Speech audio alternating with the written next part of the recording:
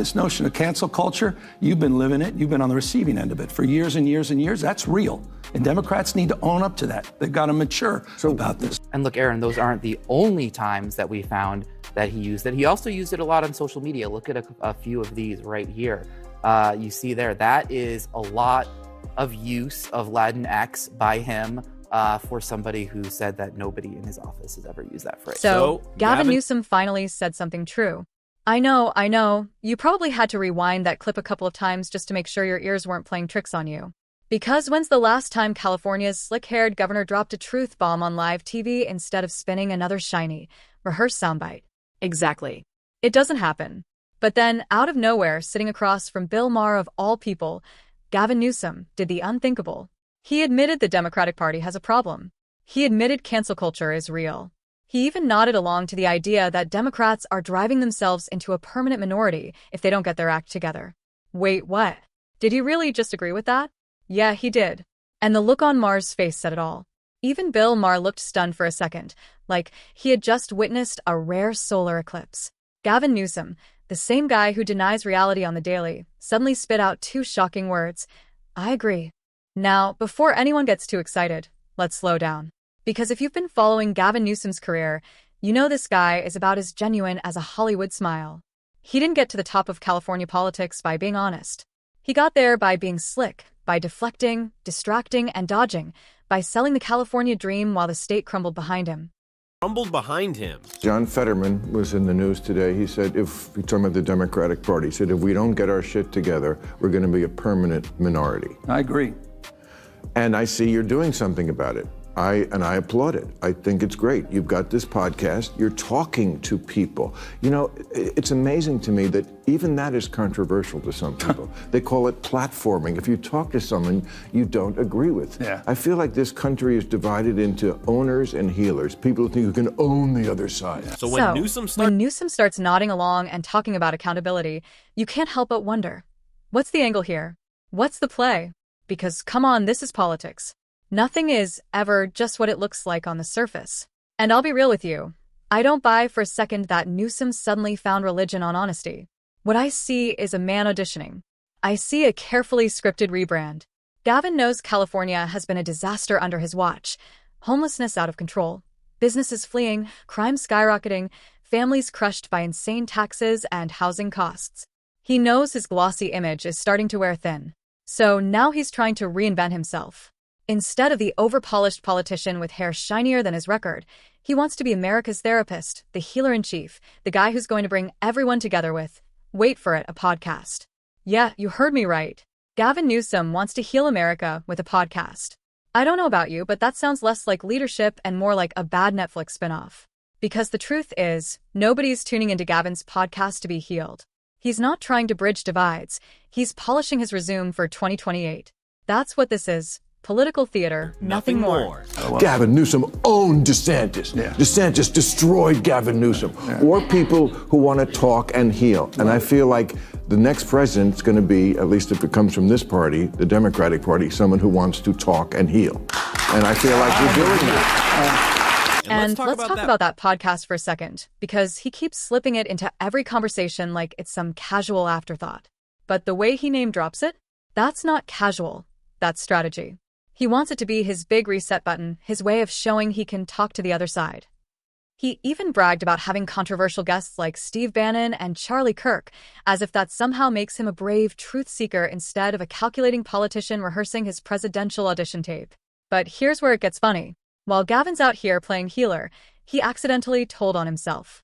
He admitted the Democratic brand is toxic. His words, not mine, toxic. It's really been interesting, the reaction to the podcast. I mean, we had some controversial figures on, I'll acknowledge that, and Steve Bannon, Charlie Kirk, and some others. But you're right. I mean, this idea that we can't even have a conversation with the other side. You have to. They won. Thank you. That's it, bottom line. And by the way, or the notion we just have to continue to talk to ourselves or we're in the same damn echo chamber. These guys are crushing us. The Democratic brand is toxic right now. Can you imagine that? The guy who helped make the brand toxic is now warning everyone else that it's toxic. That's like an arsonist showing up at a fire scene saying, wow, somebody really needs to do something about all these flames. And let's not forget, This is the same man who looked Californians in the eye and swore nobody in his office ever used the word Latinx. Remember that? He said it with a straight face. Except, oops. Turns out Gavin himself had been tossing that term around like confetti. We've got the receipts, video clips, social media posts, speeches. He used it a ton. So when he acts like he doesn't even know where the word came from, that's pure Newsom. Deny, deflect, distract. Latinx. Just 2 weeks ago, here's what he said about it. By the way, not one person ever in my office has ever used the word Latinx. So can we finally put that to bed? Yeah, we agree? But where did that even No go? more Latinx, everybody. Well, I just didn't even know where it came from. I'm like, what are people talking about? But there was a person who used Latinx. It was actually a really important person. It was him. Right? Yeah, that's right. And look, these aren't minor shifts. These are progressive issues that Gavin Newsom used to champion until fairly recently. And now he's not just walking away from them.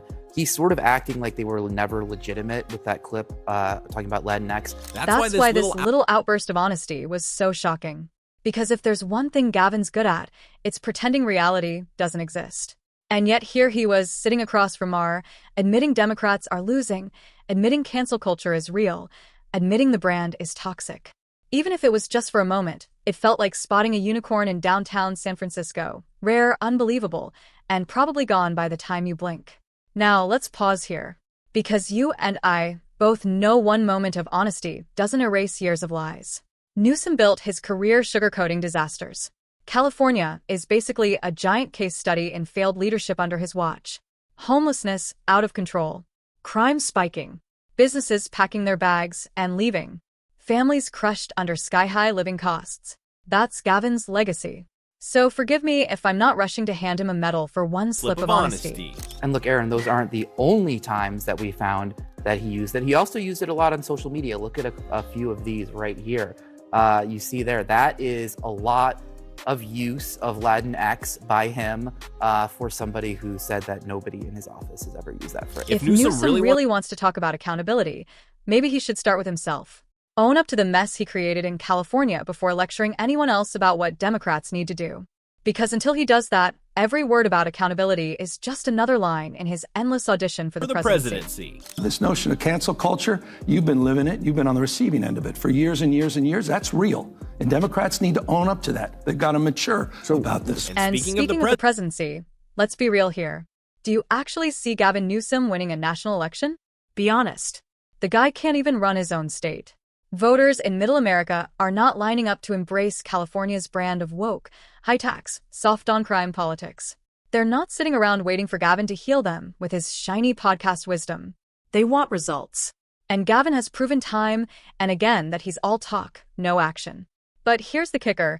Even as Gavin's trying to rebrand himself as a healer, he can't resist those little digs. Did you catch the subtle jab at Kamala Harris? Because I did. He threw out a line about Democrats being too judgmental, talking in circles, not making sense. And if there's one Democrat who has turned word salad into an art form, it's Kamala. That wasn't an accident, that was shade. And you know what that tells me? The cracks are showing. Even the Democratic darlings are starting to turn on each other. Newsom versus Harris? Oh, you better believe that's coming. The party's already fractured, and moments like this only make it worse. We had a high water mark 2 weeks ago, and that was a CNN poll at 29% favorability. It's dropped in the NBC poll down to 27%.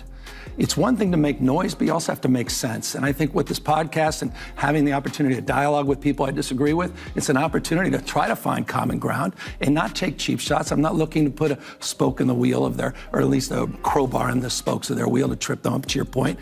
And I think it's important. Democrats, we tend to be a little more judgmental than we should be. Now here's what really matters. Bill Maher deserves some credit here because, let's be honest, Newsom is usually as scripted as a Hollywood teleprompter. He doesn't slip. He doesn't confess. Yet somehow, Maher managed to get him cornered to the point where Gavin actually admitted the truth.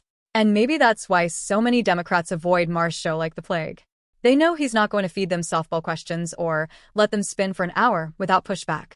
He'll press, he'll prod, and eventually they'll either squirm or slip. And that's exactly what happened.